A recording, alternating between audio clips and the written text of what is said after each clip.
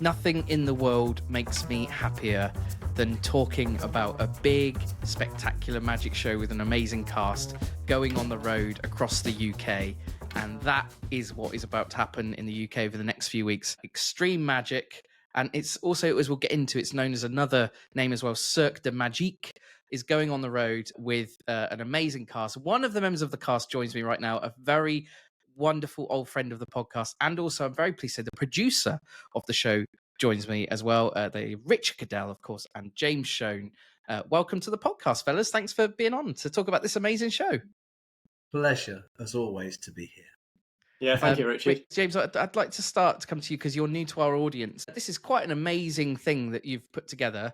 And for anyone watching on Spotify or YouTube might be able to see, obviously, I hope you don't mind me saying this, but you're a young man who is already, as we can see with the posters behind you, already a very prolific producer. Your background, first of all, could you tell us a bit about? I think you've sort of been making waves in the panto world, haven't you? Is that where you started with producing? Yeah, mainly children's shows and pantomimes. That's always the busiest time for the theatres over Christmas. But my love is always circus and magic. So even with the pantos, because there's a storyline there, but it's a variety show. So I'm always working in magic and as many illusions as I can, and also a bit of circus as well. So I always try and get the things I love in the shows. But yeah, pantos, children's shows is where I started out. But yeah, we've managed to get a magic show on the road, which is cool. Amazing. And Richard, obviously everybody who has listened to this podcast for years, you're one of our greatest ever podcast guests. It's so good. All those years ago when we first got together, you talked about how you missed the days of being a stage illusionist. And then the next time we spoke, you'd gone and ordered a load of these amazing toys, and you're back on the road with this. How have you two got together to create this show together? Well, I crossed paths with James many years ago when I worked with him with Sooty, and I knew that he was a big fan of magic because he told me that he'd been out to Vegas and seen every show there was to see. And I think then the next time we talked about this, we were at the Blackpool Magic Convention, and James said, "I've got this idea for a big touring illusion show, and do you know an illusionist that could do it?" And I started to think of people that would be good, and then he said, "Why don't you do it?" And it was that moment where we said, Rich, where I thought, oh, and the little birdie in my head said, "Oh, come on, Rich, give it a go." And I'd already amassed quite a lot of props by this point, and I thought it was an excuse to go and buy a load more. And I did say to James, the only condition of doing it wasn't about the money. It's not about the money, because I just would love the chance to do something so big. Was that that we would do easy get-ins and get-outs, big venues, so that it was practical. And he promised me that we'd do that. Well, the reality was very different. It was tricky. But you know what? We had all the crew on it. We had a 40-foot Arctic full of props. We got our heads around it. Once we got on the road with it was just amazing to be part of something so spectacular and lavish, and just doing one-nighters. It was a big thing to pull off for one-nighters. But yeah, that's how we met, and that's how it happened. And we're loving it so much, we can do it again. So this was in 2022, wasn't it, James? That you did the first go round with this. It was a slightly different cast. We did a dummy run of it in Liverpool.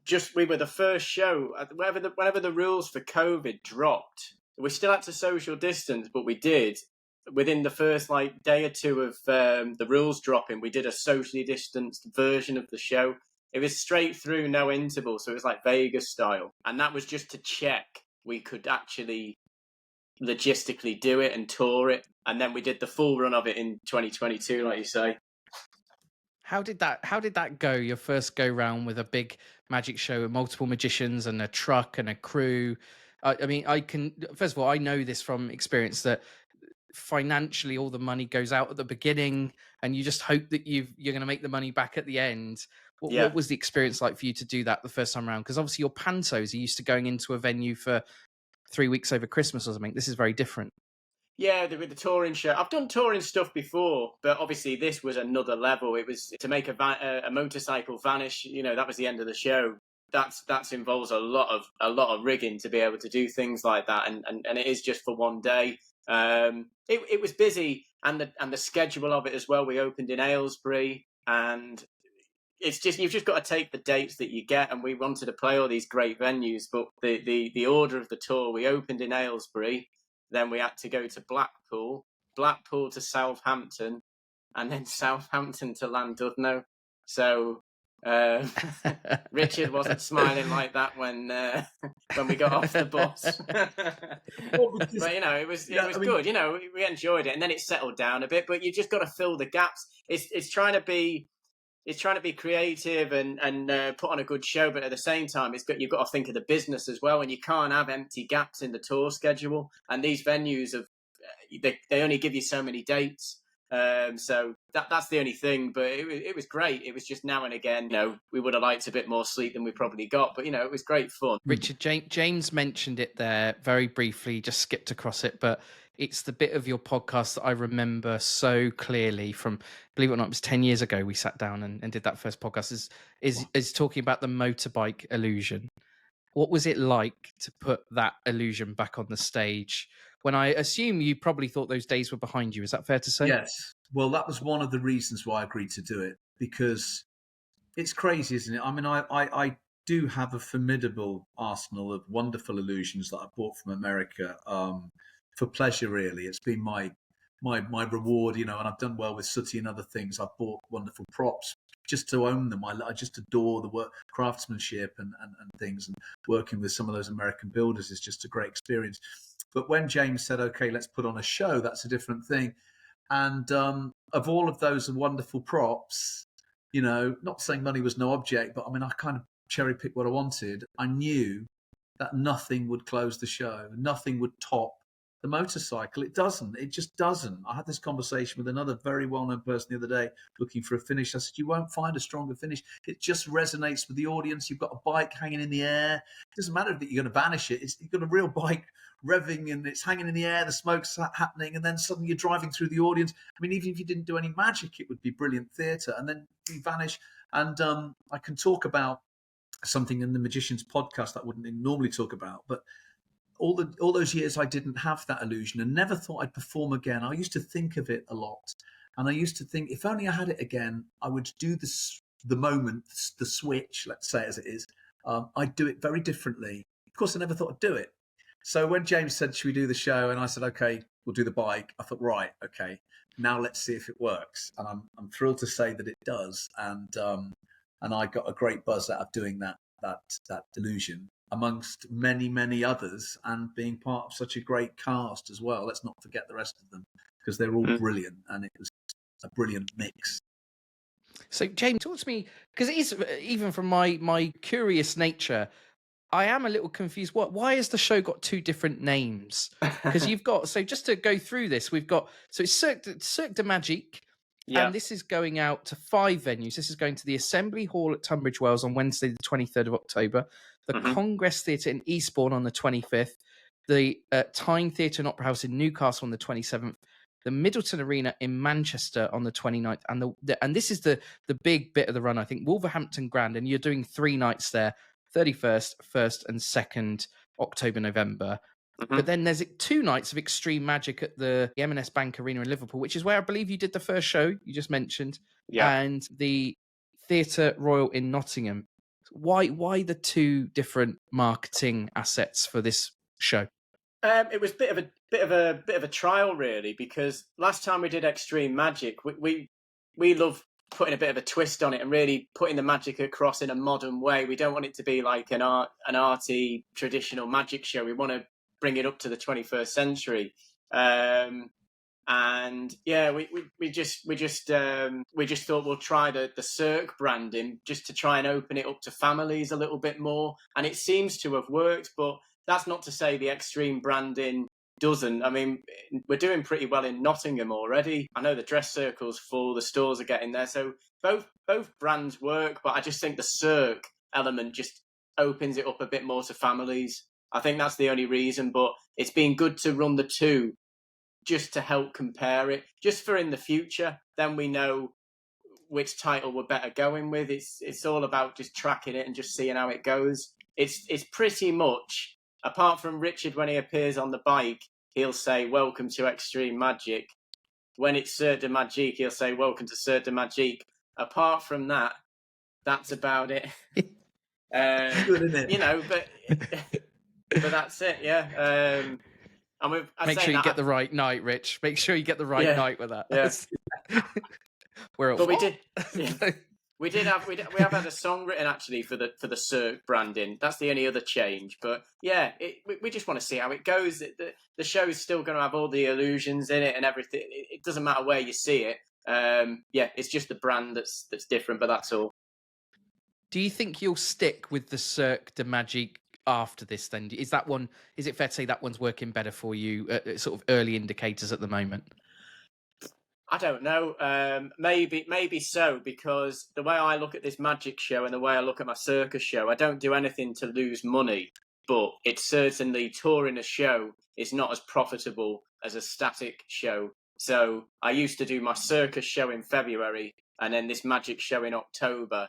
And now I've kind of combined the two because they're things I both love that don't make me a lot of money.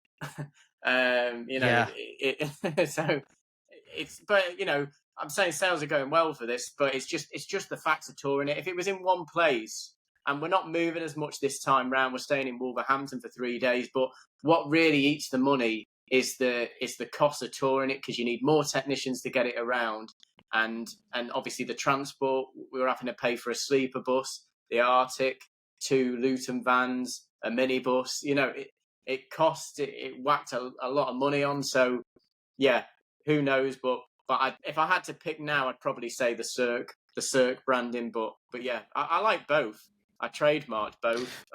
So yeah, who knows? Richard, you used to produce pantos, and it's just what these guys go through doing this stuff is unbelievable, isn't it? And James is extremely brave. We're on the same page. We don't do things. He's not doing this for the money. I know he isn't, because I know there's 20 people involved in this show. There's, as well as the speciality acts, the 4 key magicians, the huge amount of props. There's dancers and assistants and technicians and video people. I mean, there's so much happening. This is such a big show. It's such a big risk for him. And do you know what? We all know there are many shows with great posters, and you get there and it's one guy with a pack of cards, and I feel for James, because we have a great poster, and I look at his poster and I think, well, I know that there's 20 people and tons and tons of equipment got to make that show. And I know the audience are going to be blown away with the spectacle, the fire, the flames, the pyrotechnics, all the visual, the lighting, the lasers, everything that comes with it, as well as the magic. So if you want to do it properly, which James does, which is why I've aligned myself to the whole team, you've got to take a lot of risks, and I admire him for that. And I wouldn't want to do it. I think any producer that's prepared to do it properly and not to just put the money into a poster and shortchange them when they're in, deserves support and praise. I heard David Williamson a couple of weeks ago actually say that sometimes these shows are better at marketing than they are at actually doing the shows. And what I love about this show is I can tell that is absolutely not the case. I can tell this is going to be a big, spectacular evening. Let's talk about some of the other magicians. So this is, James, you can obviously go into this as much or as little as you'd like, but you have changed the cast quite a bit from 2022. I'd love to know why you've decided to do that. And also, could you tell us who the magicians are going to be this year? So last time we toured it, we had obviously Richard Cadell, we had John Archer and Pete Furman. So John Archer did a lot of the venues and Pete just jumped in at Wimbledon. And then we had Richard Jones from Britain's Got Talent. He does a lot of like mind reading pieces. And we had Arcadio and Salance. So Arcadio was all card manipulation and Salance was quick change. And she did some like coin manipulation and things like that. We just, because I was turning this into a mixture of magic and a little bit of circus just to break it up, I didn't want as many magicians. So obviously there was 5. This time we've got 4, just because we have got the circus acts as well. So I've kind of, the way I look at it, Alex McAleer, who we've got this year, you worked with him on Champions. Alex is great with the mind reading, but he's got a lot of warmth and he's quite a funny guy as well. So I feel like I've combined the comedy element, what you got with John Archer and Pete Furman, with Richard Jones into one, if that makes sense, just to keep the pace, because we want it fast, we want it pacey. And if you've got too many people, it just slows it down. All the guys we had last time were great, but just with this new branding that we're going with, we just thought we'll try some different people and just shake it up a little bit. But everyone we've worked with, we've had a great time with. But this time we've got Alex McAleer and we've got Taylor, Morgan and Rebecca Foyle. So Taylor and Rebecca do quite a lot of the Magic Circle. I think they do a show every Saturday, or they did. And Taylor's done FISM or something like that. He's done quite I think he's about to, isn't he? Oh, next year. My understanding, he's working on it to do it next July. And I've seen a little sneak peek of Taylor as he's been working on this FISM act, and it's absolutely brilliant. Probably one of the most exciting British entries for FISM in many, many years. He's got some really interesting. I'm not sure is he doing that in the show, or is it still a bit up in the air what he's actually doing at the moment? Do you know what? We were looking at the running order. There is a note about putting that in because he's still tweaking the act, but he's a very creative person, him and Becky. And I've given them some new prop. They're definitely doing some new material in the show because I was speaking to them yesterday, but we're still deciding exactly what we're going to put. We've got a few options at the moment, and we're just cutting it down a little bit. But they've got some great ideas, very creative people, and the same with Alex as well. Alex McAleer, I'm giving him the dynamite illusion to do, which I love. The old Paul Daniels. Is this the illusion? Yeah, I think. Does this go all the way back to Derek Lever, Richard? Actually, I'm not sure. Does it? It's quite an old. Yeah, bit, it's not that version. Paul Daniels did it on It's not that version. I would love to feel that there are people watching this podcast that remember Derek Lever performing it himself at the Blackpool Magic Convention. Yeah, it was like an act in itself. It went on and on and on. None of us were convinced whether Derek had really forgotten how to use it or not, because we all thought he was going to blow himself to pieces. But it's the same effect. I'm not sure. I mean, I remember Derek's prop was quite basic in its method. I wouldn't have wanted to go near it, really. But hey, love and respect to Derek. He helped us all with lots of props way back when. But it's brilliant. This is a prop James is talking about that was used on the previous tour. Richard did it. It's great. It's a maybe an overlooked kind of thing. Maybe it's not been seen so much, but it certainly had everybody in the audience on the edge of the seat the way Richard did it. Yeah, sure and it's just something different as well, because we didn't want. If you've seen these people before in other shows, I didn't want you to think you're seeing the same material again and again. They are doing things that are different. They're not doing the same old material. There'll be bits that you recognise for sure, but they're not just doing a copy and paste. They're actually working on new material. Alex, Rebecca, and Taylor, and then you've got Richard doing every illusion going. We've got We've got the Mike Michaels bike, the slicer, bump in the night, fire spiker, impaled. Oh, Jaws. It's so exciting! Don't forget my beautiful impaler, and I've got this escape. Mike Michaels does this great thing, which we've changed and modified and moved it, and I've got it how I'd like it now. It's a different type of escape with the chainsaw. Yeah, there's some lovely moments. There's some great. I have a ball doing it. I just can't wait to get out there every night. It's amazing. Great. I have to give a noticeable mention to Rebecca, who I saw at the Magic Circle do her dancing cane routine, which is genuinely one of the best I've ever seen. So I really hope that she's doing that, because it's genuinely, a fantastic piece. I think it's really good. And I worked with McAleer for 10 years in Champions of Magic. He is the safest pair of hands. The night that you haven't measured the door right and the illusion doesn't fit in, you can go to McAleer and say, can you do an extra 10 minutes? And he'll go, yeah, no problem. So, he's good to have around from that point of view. Richard, do you mind, Richard, if we just touch on something a little bit personal? I hope you don't mind. And that is that people may not be aware, but in the last few years, you've become a parent, haven't you? How has this changed your life and particularly as you're about to go on tour? I assume your boy's going to perhaps make a visit along and see Dad doing the show. How has that been, and how has that changed your life? Well, just before I touch on that, thank you for asking about that, everybody. That's very kind of you to ask. I actually messaged James today and said, I really want to put cameras on X-Treme because it's going to be so good. He sent me through today the running order with what everybody's doing. And I just went, oh my God, this is going to... I'm not lying. This is on my son's live. I sent him a voice note. I thought, this is going to be incredible. This is going to be such an incredible show. I want to put cameras on this because I want to show my son. One day I want to say, look at this. So yes, I have a little boy. He's 15 months old. So whether he'll come We won't let him come to X-Treme Magic. That would be too dangerous. We'll let him come to Cirque Du Magique. That's more family Yes. friendly. More family friendly, yeah. So yeah, but no, it's wonderful. It's great. I mean, listen, anyone that's watching this that's had kids knows that's a magic you can't describe. It makes going off to doing the shows a bit harder because I sort of miss him. But again, we're not in the sooty world tonight. But what's been wonderful for me is having spent so many years entertaining thousands of children with Sooty. A few weeks back, I introduced him to Sooty, and we play with Sooty every night. And that's wonderful to think, oh my God, now I can do this for my own little boy, and he's laughing, you know. Yeah, it's so amazing.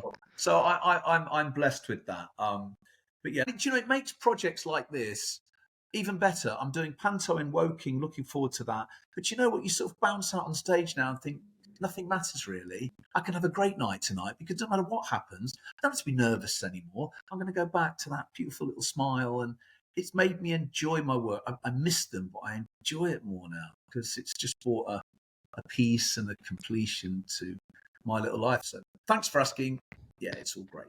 I will ask another cheeky question, if that's okay, and that is that as you've mentioned the yellow bear. Obviously, you are the custodian of Sooty at the moment, and I just wonder because obviously time did come for Matthew and his dad when he had to pass it on. Does that ever come to your mind about maybe one day passing it? How would you maybe go about the process of finding someone else to do it, or is it something you plan to keep hold of? Well, you know what? I mean, I present it, as you know, but I own the rights to it, me and my brother, and with that is a business. It's a viable business, and you know, we could sell it if we wanted to. The numbers stack up. But I can categorically assure you that, you know, same as James is sat in that chair producing this show, there's a lot of love behind certain, you know, Rich, it's not about money, is it? I'll never sell it, and I'll never stop doing it because I just love it too much. And I don't, you know, why would I? Why would I want to? It's part of my DNA, that stuff. And, you know, so no, they can worry about what I do with it when I'm gone. Same with all my props, all those huge illusions that are in the show. I've given them a list, and I've said to people, I said, look, when I'm gone, this is what they're sort of worth, because they won't know what the hell these things are worth. So I said, you know, this is what to do with them, but they're not going anywhere yet. I shall still own all this nonsense when I'm 80. I like to look at it and just say, isn't that beautiful? So great. So I'll ask you both this question just to wrap this up, and that is there? Obviously, I've been very lucky to have gone on lots of tours and things, and I know how you're both feeling right now, as it's a few days away from all getting going.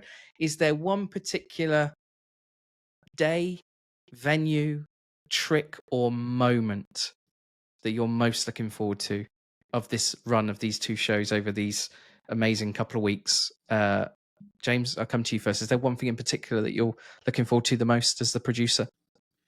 I think more this time round, I'm just looking forward to mixing the magic with the circus element. I think just giving it another lift. If I had to say one venue in particular, I'd maybe say Wolverhampton, just because we're there for 3 days and we'll get a bit more sleep. But, you know, each venue we're looking forward to visiting in different ways. They're all beautiful theatres.